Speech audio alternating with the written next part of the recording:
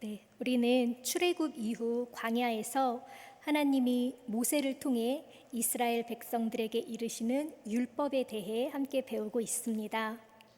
오늘은 고대 이스라엘이라는 작은 민족의 율법 안에서 하나님이 이루시고자 하는 공동체는 어떤 공동체인지 하나님의 그 뜻과 생각을 발견해 보고자 합니다.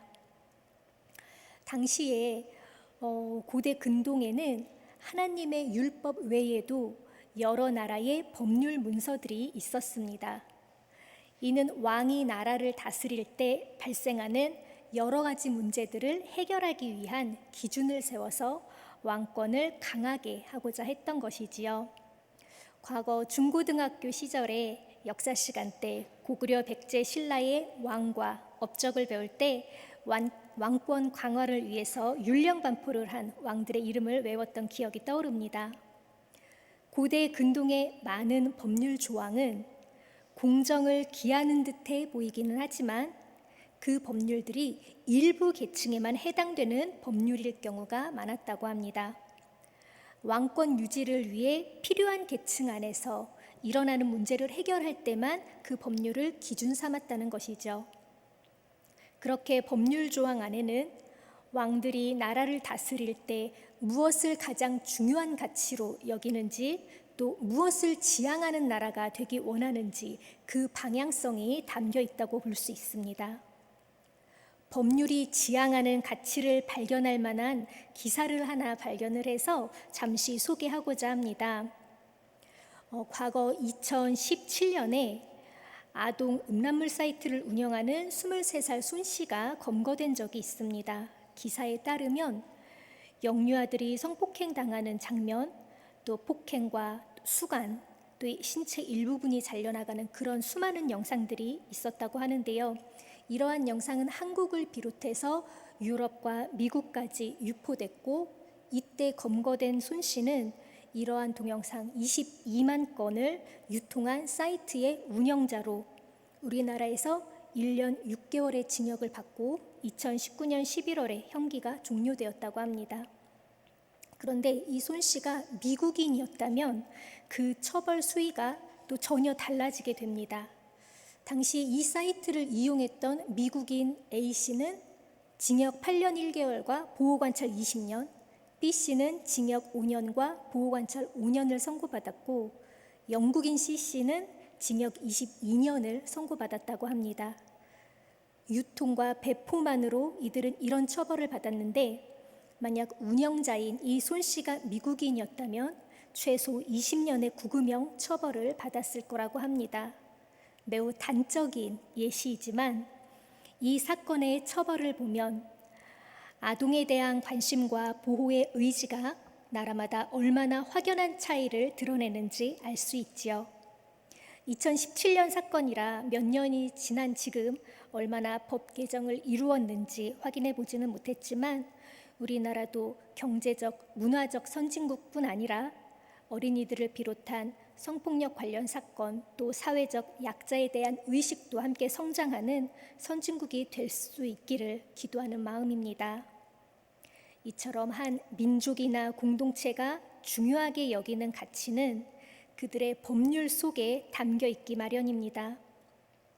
아마도 출애굽 이전의 이스라엘 공동체는 이집트의 문화적 관습을 바탕으로 문제 상황들을 해결했으리라 생각이 됩니다. 이집트에서 긴 시간 동안 종으로 거주하며 주인의 관습법을 따라 살았기 때문이지요.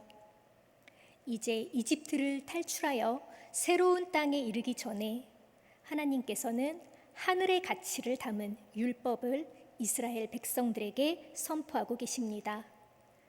21장부터 시작된 언약의 말씀에 이어 오늘은 23장의 말씀을 살펴보며 하나님이 중요하게 여기시는 가치를 함께 배워보려고 합니다. 오늘의 말씀은 크게 세 부분으로 나누어 볼 수 있는데, 1절부터 13절까지 전반부는 사회 정의와 복지에 관련된 주제를 다루고 있습니다. 이 부분은 십계명의 9번째 계명, 너희 이웃에게 불리한 거짓 증언을 하지 못한다, 이것의 구체적인 실천 사항과도 같은 항목입니다. 이어지는 14절부터 19절까지는 하나님 앞에서 지켜야 할 절기와 제사법에 관하여, 마지막 20절부터 33절까지는 약속의 땅으로 이끄시는 하나님의 의지와 지켜야 할 사항을 다루고 있습니다. 먼저 전반부의 내용을 통하여 무엇을 발견할 수 있는지 함께 살펴보려고 합니다. 하나님은 먼저 거짓 증언에 대하여 강하게 경고하고 있습니다. 거짓으로 증언하는 것은 죄 없는 의인을 죄인으로 만들려는 악한 목적을 가지고 죄인의 편에서 적극적으로 동조하는 악행이므로 강하게 금하고 있는 것입니다. 또한 다수의 죄악에 휩쓸리지 말라고 말씀하십니다. 많은 사람들이 동조하고 외치는 일이 늘 옳은 일은 아니며, 옳고 그름을 판단하는 기준은 하나님의 말씀에 기반을 두어야 하는 것입니다. 그러하기에 의의를 밝히는 일에 있어서는 가난하여 동정받고 보살핌 받는 이라 하더라도 감싸주어서는 안 된다고 말하고 있습니다. 죄라는 것은 다수가 우긴다고 해서 감춰질 수 있는 것이 아니고, 사람의 감정에 호소한다고 해서 사라질 수 있는 것도 아니므로 어떤 상황에서도 거짓 없는 진실을 밝혀야 한다고 말하고 있습니다. 이어서 4, 5절에서는 원수와 그 소유의 가축에 대한 이야기가 나오는데, 그것은 잠시 뒤로 미루고 흐름상 6절 이후를 먼저 살펴보도록 하겠습니다. 앞서 3절까지의 말씀은 거짓 증언으로 죄인의 편을 들지 말라고 하였는데, 6절 이후에서는 의인이 부당한 일을 당하지 않도록 강조하고 있습니다. 6절에서 말하는 가난한 사람은 3절에 있는 가난한 사람과 약간 다른 의미의 단어를 사용하고 있습니다. 3절에서는 경제적인 가난만을 의미한다면 6절에서는 정치적으로 약하거나 하급 신분을 가진 사람과 같이 뭔가가 부족함이 있어서 무엇을 필요로 한다는 의미를 내포하고 있는 단어입니다. 따라서 경제적 약자일 뿐만 아니라 평소에 악한 일을 일삼던 부족함이 있는 사람이라 할지라도 그에 대한 편견으로 불리한 판결을 내리지 말고 공정한 재판을 받아야 한다는 의미가 담겨 있습니다. 예를 들어 양치기 소년이 앞서 2번은 늑대가 나타났다고 거짓말을 해서 그때마다 벌을 받았다고 한다면, 3번째 늑대가 나타났다고 말했을 때 또 거짓말이겠거니 라는 선입견을 가지고 판결하지 말고 공정한 입장에서 진실 여부를 확인하여 판결하여야 한다는 것이죠. 또 7절에서는 거짓 고발로 인해 무죄한 사람이 죽는 일이 없도록 해야 한다고 말합니다. 이 얘기는 거짓 고발로 인해 무죄한 사람이 죽는 일이 있었다는 것을 방증하는 것이겠지요. 사실 예수님도 십자가 처형이라는 정치범들이 당하는 처형을 당하셨는데, 이스라엘 종교 지도자들의 거짓 고발이 그 원인이었습니다. 예수님 시대까지, 아니 어쩌면 지금도 이루어지고 있을지 모를 그 무고한 이들에 대한 부당한 판결을 하나님은 엄격하게 금하고 계신 것입니다. 사실 이런 불의한 일은 대부분 뒷전에서 음흉한 거래가 있기 마련이지요. 그 사회가 얼마나 부패하고 타락했는지를 보여주는 뇌물을 공동체 안에서 금하여 뇌물로 인해 의가 왜곡되고 훼손되는 것을 막고자 하는 하나님의 의지를 느낄 수 있습니다. 전반부에서는 죄인의 악이 감춰지지 않고 진실이 드러나도록, 6절 이후에서는 의인의 의가 억울한 누명으로 감추어져 죽음에 이르지 않도록 강조하고 있습니다. 진실이 가려지고 거짓에 의해 선동되는 사회는 하나님을 두려워하지 않게 됩니다.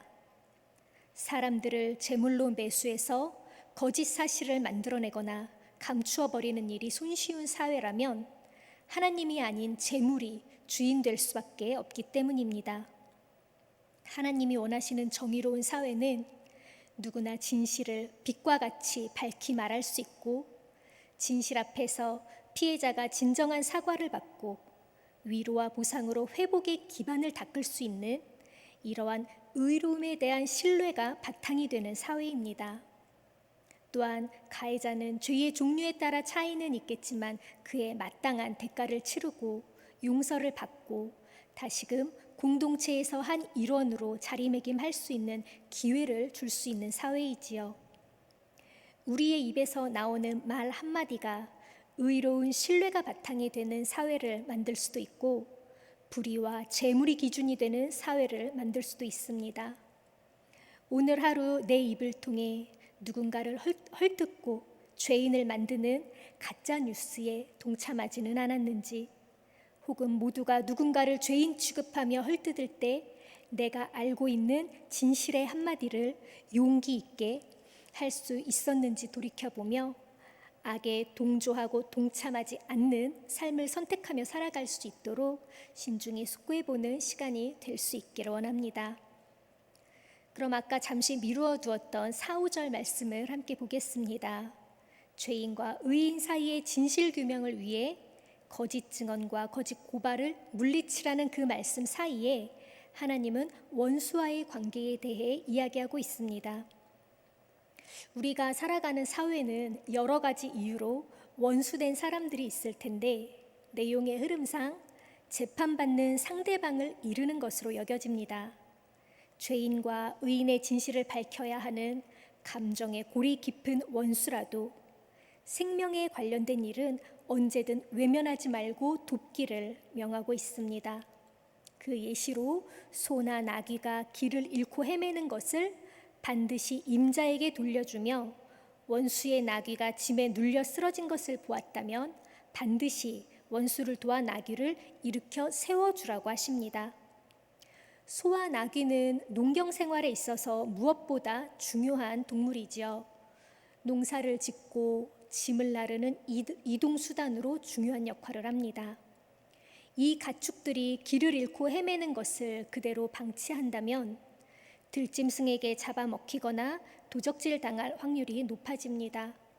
원수의 재산적 손해도 막대하겠거니와 가축의 생명도 위험에 노출되고 맙니다. 또한 짐에 눌려 쓰러진 나귀를 함께 도와 일으킬 수 있다면 짐을 온전히 옮기는 이득뿐 아니라 위험에 처한 나귀의 생명도 구할 수 있습니다. 물론 나귀는 무거운 짐을 옮기는 동물이기 때문에 극히 드문 경우이지만 지나치게 무거운 짐이나 불안정한 컨디션으로 사망에 이를 수도 있다고 합니다. 이러한 죄인과 의인의 진실을 밝혀야 하는 원수가 소유한 가축들의 생명을 귀하게 여길 수 있는 마음이 있다면 하물며 사람의 생명을 더 말할 나위도 없겠지요. 원수의 자녀라 할지라도 위급한 상황에서 생명을 살리는 일은 언제나 우선되어야 할 것입니다. 우리가 더불어 살아가는 사회에서 어떠한 경우에도 감정의 늪에 빠져 생명을 경시하는 일이 없도록 주의하게 되는 말씀입니다. 또한 생명에 대한 가치를 중요하게 여기는 공동체의 일원으로 원수의 가축을 살리는 일을 도왔다면 그들의 갈등 상황이 한층 완화될 수 있을 것도 기대해 볼 수 있습니다.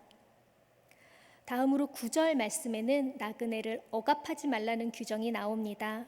이집트 땅에서 겪은 그 서러움을 늘 기억하면서 약자인 나그네를 짓누르지 말고 진실하게 대할 것을 명하고 있습니다.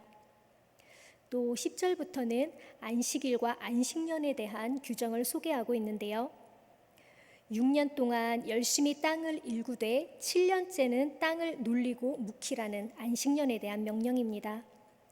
그렇게 7년째에 그들의 노력 없이 자라난 것들은 자기 가족들만 먹는 것이 아니라 가난한 사람들과 들짐승도 먹을 수 있도록 내버려 두라고 하십니다. 또 일주일 중에 엿새 동안은 일하고 7일째는 쉬라고 말씀하십니다. 안식일에 대한 이 명령은 모든 백성 뿐만 아니라 종, 나그네, 소와 나귀 같은 가축들도 모두 숨을 돌려야 합니다.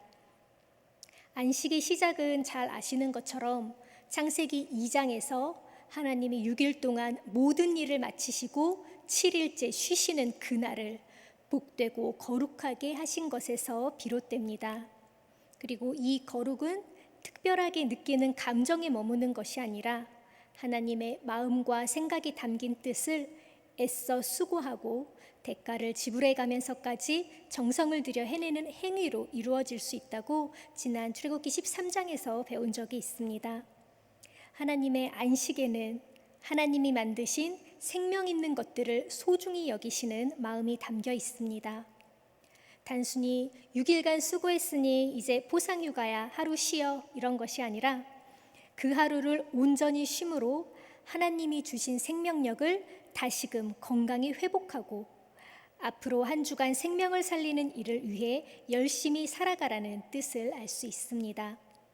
그러기 예수님은 안식일이 무조건 쉬어야 하는 휴일에 머무르지 않고 생명을 살리고 회복시키는 날로 여기시는 그 하나님의 마음을 아시고 안식일에도 눈먼 자의 눈을 고쳐주시고 손이 오그라진 사람의 손을 펴서 회복시켜주시고 18년간 귀신 들려 꼬부라진 사람을 회복시키시고 38년간 베데스 연못 앞에 누워있던 병자를 치료하시는데 전혀 주저하지 않으셨던 것입니다. 예수님은 앞이 안 보이고 오른손을 쓰지 못하고 움직이지 못해 공동체 안에서 소외받던 약자들의 억눌린 생명을 회복시켜 주시며 안식일을 거룩히 지키셨던 것입니다. 이처럼 하나님의 안식은 생명을 살리기 위한 하나님의 마음으로 모든 백성과 종, 가축에 이르기까지 모두 지켜야 하며 심지어 땅도 안식을 누려야 하는데 땅은 아까 말씀드린 것처럼 7년마다 1년씩 안식을 누리게 하십니다. 그러나 안식일을 열심히 지켜서 병든 자도 치료하지 않고 다음 날이 되기를 기다리는 이 이스라엘 백성들이 가나안 땅에 들어가서 안식년을 지켰다는 기록은 보이지 않습니다. 레위기 26장 34, 35절에는 이스라엘 백성이 포로로 끌려갈 것을 예언하며 그때에야 비로소 땅은 안식을 누릴 것이다.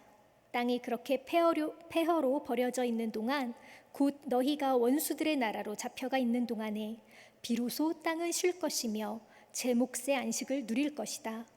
너희가 그 땅에 사는 동안에는 안식년이 되어도 땅이 쉬지 못하였지만 폐허로 버려져 있는 동안에는 땅이 쉴 것이다 라고 바벨론 포로기 70년을 안식을 지키지 않았던 횟수만큼 안식하게 하셨다는 말씀이 나옵니다.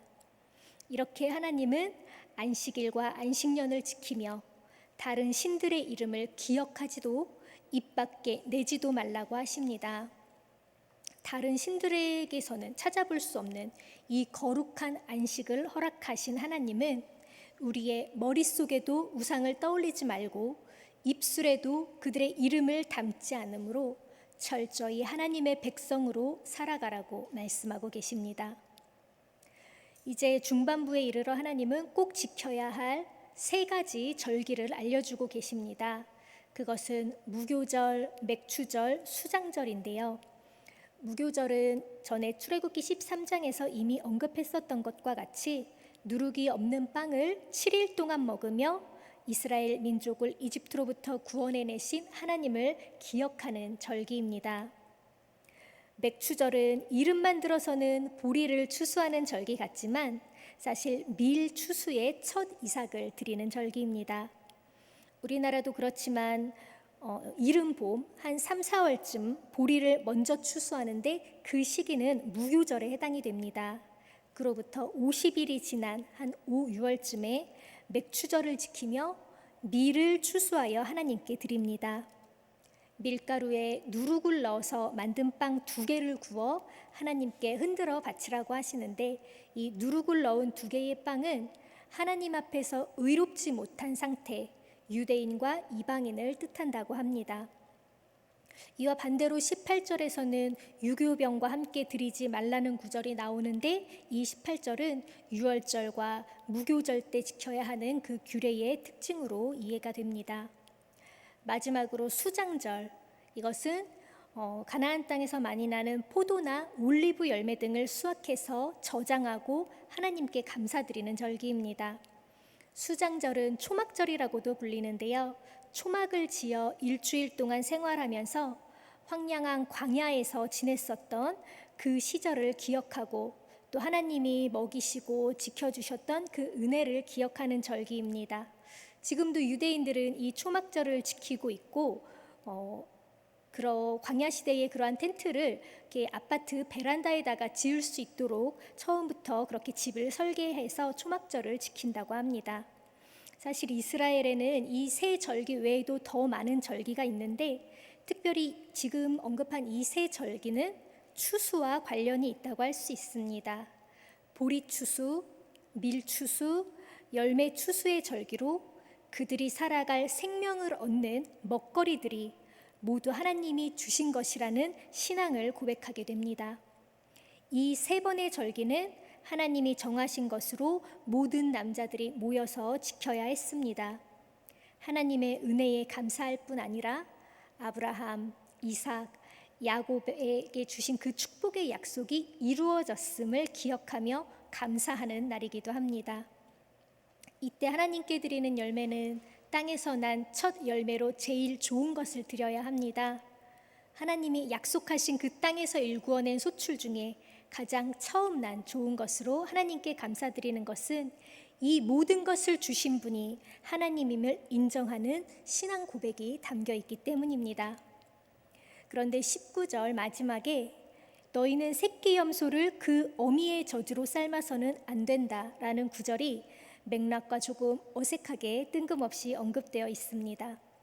이 구절은 출애굽기 34장과 신명기 14장에서도 똑같이 언급이 되어 있는데 앞뒤에 아무런 설명이 없이 등장하는 규례라 정확한 뜻을 해석해내는 것에는 어려움이 있습니다. 학자들의 의견을 살펴보면 도축하여서 죽은 새끼 염소를 생명을 주는 어미의 젖으로 삶지 말라는 그러한 해석이 있고 또 다른 해석으로는 가나안의 풍습 중에 우상에게 음식을 바칠 때 고기와 우유를 함께 삶는 기록이 있는데 이는 다산의 상징으로 행해지는 의식이었다고 합니다.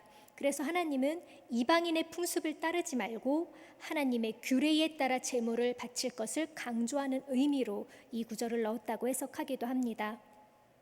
이제 마지막 후반부에 이르러 하나님은 천사를 보내어 이스라엘 백성을 지켜주시겠다고 말씀하고 계십니다.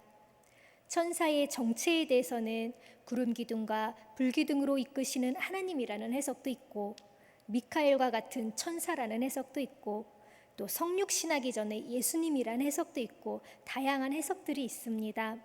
이 천사의 정체를 정확하게 규명하기는 어렵지만 이스라엘을 지키시고 이끄시는 그 하나님의 뜻을 따르는 백성으로 살아가기 원하시는 하나님의 마음을 헤아려 볼 수 있습니다.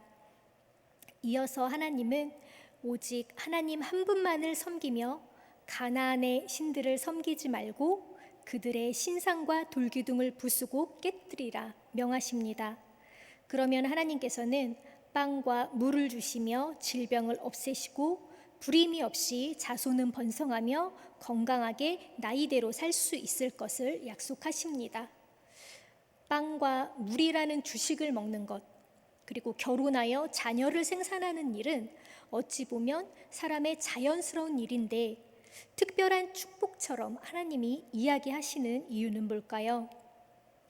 이 가나안 땅은 젖과 꿀이 흐르는 땅이라고 이야기하였지만 사실 이집트 땅과 또 다른 기후를 가지고 있습니다. 이집트는 나일강을 중심으로 이 나일강이 주기적으로 범람을 해서 주위의 땅을 비옥하게 만들고 농사가 잘 되도록 해서 먹거리가 풍성한 나라였습니다. 따라서 이집트 사람들은 강물이 넘쳐나는 홍수를 재앙이라고 여기지 않고 축복이라고 여기며 살았습니다. 또 아브라함이 이전에 원래 살았었던 메소포타미아도 티그리스 강과 유프라테스 강이라는 큰 강이 흐르고 있었지요. 반면에 그 이집트와 메소포타미아 사이에 있는 이 가나안 땅은 젖줄이 되어주는 큰 강이 없었습니다. 요단강 정도가 있기는 하지만 열왕기하 5장 12절에서 시리아 장군 나아만이 요단강에 가서 7번 씻으라는 엘리사의 말을 듣고 이렇게 이야기하죠. 다마스쿠스에 있는 아마나 강이나 바르발 강이 이스라엘에 있는 강물보다 좋지 않다는 말이냐? 라고 불평하며 분노하였던 것처럼 요단강은 젖줄이 되어주는 위엄을 드러낼 만한 강은 아니었습니다. 가나안은 오직 하늘에서 내리는 비에만 의존하여 농사를 짓는 척박한 땅이었고, 제때에 비가 내리지 않으면 가뭄으로 먹고 살기 힘든 땅이었습니다. 창세기에 보면 아브라함은 기근으로 이집트에 피신한 적이 있었고, 또 이삭도 블레셋 그랄 땅으로 피신한 적이 있었고, 룻기에 나오는 나오미와 엘리멜렉 가족도 베들레헴에 살다가 기근을 피해서 모압으로 이주했다고 이야기합니다. 이처럼 이 가나안은 기근이 자주 발생하는 땅이었고, 가나안 사람들이 얼마나 척박하게 살았는지는 그들이 만든 우상을 통해서도 가늠해 볼 수 있습니다. 제가 나누어 드린 사진이 있지요. 이 사진을 보면 맨 앞에 가나안의 바알신과 메소포타미아의 신상이 있습니다. 이 라마수라는 신인데요. 이 라마수라는 신은 도시의 입구를 지키는 수호신으로 이 메소포타미아 지역에서 발견이 됐는데, 규모도 상당히 큽니다. 이 한 건물의 한 벽면을 차지할 만큼 크고 또 풍채 있고 위험 있는 이 모양인 것을 보시면 알 수 있습니다. 반면에 성경에 자주 등장하는 이 바알 신상은 풍요를 기원하는 신이라고 하기에는 약간 빈약한 체형을 가진 것을 볼 수 있지요. 또 그 밑에 있는 풍요를 기원하는 여신상은 조금 더 적나라하게 드러납니다. 맨 앞에 있는 그 이집트 여신상, 또 옆에 메소포타미아 지역의 여신상에 비해서 마지막에 있는 가나안의 풍요를 기원하는 여신상은 풍요를 기원한다기보다는 약간 다이어트에 성공한 듯한 모습을 하고 있죠. 그러나 우리가 우상을 만들 때 자기가 믿는 신을 왜소하게 만드는 그러한 사람들은 없을 겁니다. 일반적으로 절에 있는 불상을 보아도 건강해 보이고 풍채당당한 모습으로 만들기 마련이지요. 바알 역시 가나안 사람들이 보기에는 이상적인 체형으로 만든 것이 바로 이 정도라는 것을 생각해 본다면, 가나안 사람들은 훨씬 더 왜소한 체구를 가지고 있을 것이라고 추측해 볼 수 있습니다. 그러므로 먹거리가 늘 부족한 가나안 땅에서 주식이 되는 빵과 물을 공급받는 것은 큰 축복이었습니다. 전염병이나 여러 질병으로부터 건강을 유지해 일을 할 수 있는 것도 큰 축복이었지요. 또한 영양 상태가 좋지 않고 여러 질병에 노출되다 보니 여성들의 임신 가능성도 현저히 떨어졌습니다. 성경에서 불임 여성을 어렵지 않게 찾아볼 수 있는 것처럼 자녀를 잉태하고 후손이 번성하는 것은 가나안 땅에서 큰 축복이지 않을 수 없었습니다. 하나님은 이러한 축복을 약속하시며 이스라엘 백성을 지키겠다고 말씀하십니다. 28절에는 이스라엘을 지키시는 방법으로 말벌을 보내 가나안 족속을 쫓아내겠다고 하셨는데, 그 각주를 보면 재앙 또는 전염병이라고 나와 있습니다. 이 말벌이라는 단어는 몹시 괴롭다, 나병에 걸리다라는 차라라는 단어에서 파생되어 나왔습니다. 따라서 하나님이 말벌 혹은 나병이나 전염병, 또 메시지 성경에서는 공포라고 표현을 하고 있습니다. 여러 가지 재앙의 방법으로 가나안에 살고 있는 그 족속들을 재앙을 내려서 내쫓아내시겠다는 의도로 이러한 말씀을 하셨다고 이해가 되는 구절입니다. 그러나 하나님은 그들을 단번에 쫓아내지는 않으시고 조금씩 물리치실 거라고 했습니다. 우리가 코로나 때 많이 목격했지요. 사람들이 외출하지 않고 모두 집에만 있으니까 강에도 바다에도 심지어 도시에도 평소에 잘 보이지 않던 동물들이 출몰하는 모습을 뉴스를 통해 많이 보셨을 겁니다. 하나님은 사람들이 갑자기 사라짐으로 들짐승들이 들끓어 땅이 황폐해지는 것을 막고 이스라엘 백성의 손을 통해 조금씩 땅을 확장하게 하십니다. 이때 무엇보다 중요한 것은 그 땅의 신들을 경계하고 하나님을 섬기는 일을 잊지 말라고 강조하십니다. 이처럼 하나님이 주신 율법 안에는 하나님이 어떤 분이신지 알 수 있는 그 속성이 담겨 있습니다. 하나님은 의로우신 분으로 죄악에 타협하지 않으시고 어떠한 형태로든 죄에 동조하는 것을 허락하지 않으십니다. 연약하고 말 못하는 작은 생명도 귀하게 여기시어 생명이 위험에 노출되거나 부당한 처우를 받지 않도록 분명한 기준을 알려주고 계십니다. 또 척박한 환경에서도 구름 기둥과 불 기둥으로 이른 비와 늦은 비로 늘 돌보시고 축복하기를 원하시며 이러한 축복을 누릴 수 있는 방법은 오직 하나님만 섬기는 것으로 충분합니다. 모세를 통해 알려주시는 율법의 조항들은 우리를 억압하고 제한하기 위한 것이 아니라 하나님의 사랑과 축복을 충분히 누리며 살기 위해 갖추어야 할 마음가짐과 행동 지침이라는 것을 알려주고 있는 것입니다. 우리가 살아가야 할 길, 그 길을 밝히 보이시고 알려주시는 하나님의 마음을 율법 안에서 발견하고 말씀을 따라 살아가는 하루하루가 되기를 기도합니다. 이 시간 말씀을 묵상하며 잠시 침묵으로 기도드리겠습니다.